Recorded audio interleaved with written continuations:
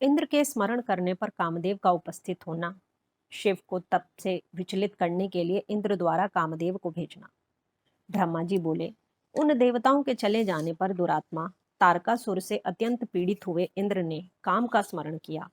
उसी समय वसंत को साथ लेकर रतिपति त्रैलोक्य विजयी समर्थ कामदेव रति के साथ सांभिमान वहां उपस्थित हुआ। हे तात, प्रणाम करके उनके समक्ष खड़ा होकर हाथ जोड़कर वह महामनस्वी काम इंद्र से कहने लगा, हे देवेश, आपको कौन सा कार्य आ पड़ा है? आपने किस कारण से मेरा स्मरण किया है, उसे शीघ्र ही कहिए। मैं उसे करने के लिए ही यहाँ उपस्थित हुआ हूँ।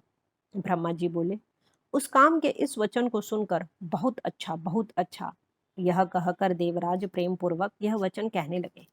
इंद्र बोले, मेरा जिस प्रकार का कार्य उपस्थित हुआ है उसको करने में तुम ही समर्थ हो। हे मकरध्वज, तुम धन्य हो जो उसे करने के लिए उद्यत हो। मेरे प्रस्तुत वाक्य को सुनो। मैं तुम्हारे सामने कह रहा हूँ, मेरा जो कार्य है वह तुम्हारा ही है, इसमें संदेह नहीं है। मेरे बहुत से महान मित्र हैं, किंतु हे काम, तुम्हारे समान उत्तम मित्र कहीं भी नहीं है। हे तात, विजय प्राप्त करने के लिए मेरे पास दो ही उपाय हैं, एक वज्र और दूसरे तुम।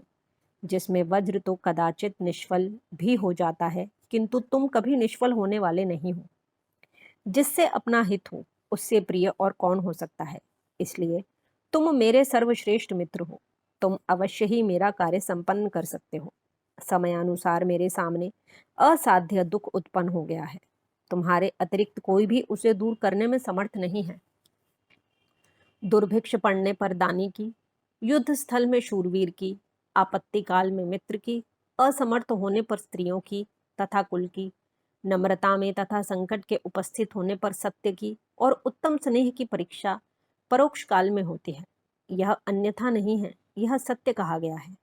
हे मित्रवरे, दूसरे के द्वारा दूर न की जा सकने वाली मेरी इस विपत्ति के आ पड़ने पर आज तुम्हारी परीक्षा होगी।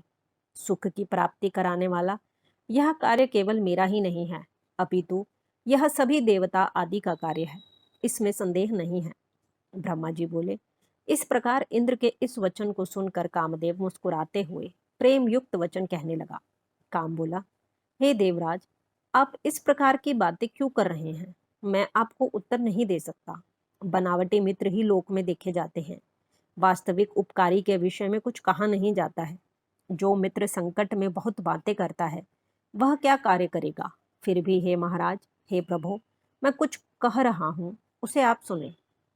हे मित्र, जो आपका पद छीनने के लिए कठोर तपस्या कर रहा है, मैं आपके उस शत्रु को तप से सर्वथा च्युत कर दूंगा, चाहे वह देवता, ऋषि एवं दानव आदि कोई हो। उसे क्षण भर में सुंदर स्त्री के कटाक्ष से भ्रष्ट भ्रष्ट कर दूंगा। फिर मनुष्यों की तो मेरे सामने कोई गणना ही नहीं है।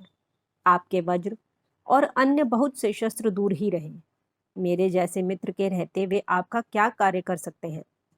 मैं ब्रह्मा तथा विष्णु को भी विचलित कर सकता हूँ, अधिक क्या कहूँ। मैं शंकर को भी भ्रष्ट कर सकता हूँ, औरों की तो गणना ही नहीं है।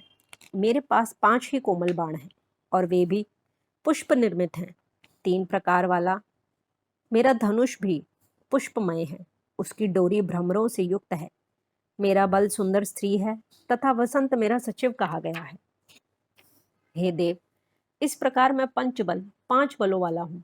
चंद्रमा मेरा मित्र है, श्रृंगार मेरा सेनापति है, और हाव भाव मेरे सेनापति सैनिक हैं। हे इंद्र, ये सभी मेरे उपकरण मृदु हैं, और मैं भी उसी प्रकार का हूँ। जिससे जो कार्य पूर्ण हो, बुद्धिमान व्यक्ति को चाहिए कि उसको उसी कार्य में नियुक्त करे। अतः हे इंद्र, मेरे योग्य जो भी कार्य हो उसमें आप मुझे नियुक्त करें। ब्रह्मा जी बोले, हे नारद, इस प्रकार उसके वचन को सुनकर इंद्र अत्यंत प्रसन्न हो उठे, और वाणी से सत्कार करते हुए वे स्त्रियों को सुख देने वाले काम से कहने लगे। शक्र बोले, हे तात, हे कामदेव, मैंने जो कार्य अपने मन में सोचा है उसे करने में केवल तुम ही समर्थ हो। वह कार्य दूसरे से होने वाला नहीं है।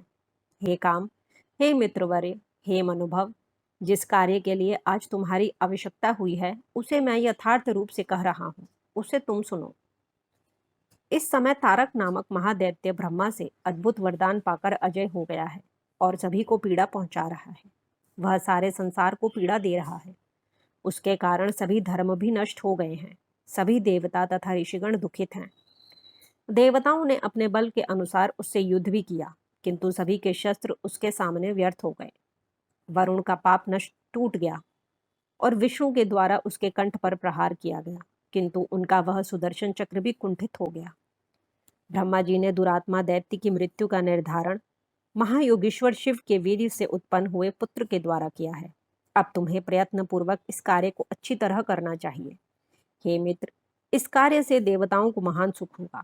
अतः तुम हृदय में मित्र धर्म का स्मरण करके मेरे लिए भी हित कर तथा सभी लोगों को सुख देने वाले इस कार्य को इसी समय संपन्न करो। वे परमेश्वर प्रभु कामना से परे हैं। वे शंभु इस समय हिमालय पर्वत पर परम तप कर रहे हैं।